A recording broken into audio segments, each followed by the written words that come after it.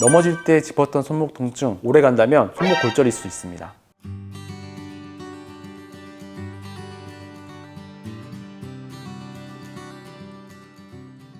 안녕하십니까. 서울보훈정형외과 원장 홍도영입니다. 손목 관절을 먼저 설명을 드릴 수 있는데, 손목 관절은 흔히 이제 요골이라는 뼈와 척골이라는 뼈, 그리고 8개의 수근골이 이루는 관절을 손목 관절이라고 하는데, 그 관절에 있는 어떤 뼈의 골절을 통틀어서 손목 골절이라고 하는데요. 보통 손목 골절이라고 하면 원이 요골의 골절을 말씀드릴 수 있을 것 같습니다. 제일 흔한 게 손을 짚어서 발생하는 경우가 많이 발생합니다. 그래서 주로 겨울철에 눈길에 미끄러져서 많이 발생하는데요. 연세 있으신 분들은 골다공증이 또 있으시기도 하기 때문에 살짝 짚기만 해도 요골이 부러지는 경우가 많이 있고요. 젊은 분들은 뭐 과격한 운동을 하거나 할 때 고에너지에 의해서 손상이 되는 경우가 많습니다. 그래서 보통 요골은 손 짚고 다치는 경우가 많기 때문에 요골의 등 쪽은 압박이 돼서 분쇄 골절이 일어나게 되고, 앞쪽은 늘어나면서 견연되면서 골절이 되는 경우가 있어서 뒤로 꺾이는 형태의 골절이 제일 많이 발생하게 됩니다.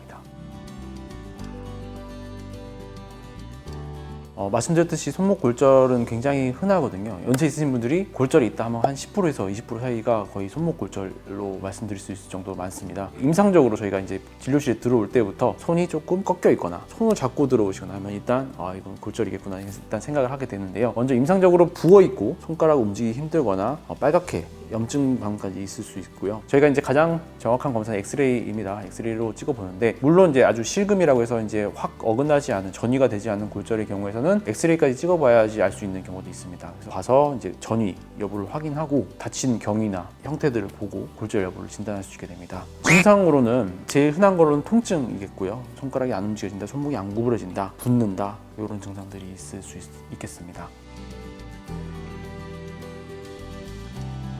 일단은 골절은요, 뼈가 다친 거기 때문에 회복 시간이 필요합니다. 한 3개월 정도의 회복 시간이 필요한데요. 골절의 전이 정도에 따라서 이제 수술을 하냐 비수술을 하냐로 정해집니다. 먼저 내원하셔서 저희가 임상적인 진료 보시고 그 다음에 엑스레이까지 본 다음에 전이가 조금 있다 하면은 국소 마취 하에 골절을 도수 정복을 해봅니다. 그래서 잘 유지가 되는 경우 말씀하셨던 그런 깁스 치료, 깁스라고 하면 저희가 설탕 집게 부목이라고 해서 손목의 회전을 제한하는 부목을 먼저 시행을 해서 부종을 빼고 움직임을 좀 제한시킨 다음에 그 이후에 단상지 부목이라든지 장상지 부목을 해서 골절이 붙을 수 있게 치료를 하는 게 이제 비수술적 치료가 될 거고요. 만약에 전이가 많이 심하다, 또는 전이가 도수 정복이 됐지만 유지가 잘 안 된다, 또는 골절선이 관절까지 침범을 해서 골절 간격이 2mm 이상 벌어졌다 하면은 외상성 관절염도 일으킬 수 있기 때문에 그럴 때는 저희가 이제 수술적인 치료를 안내를 해드리고 있습니다.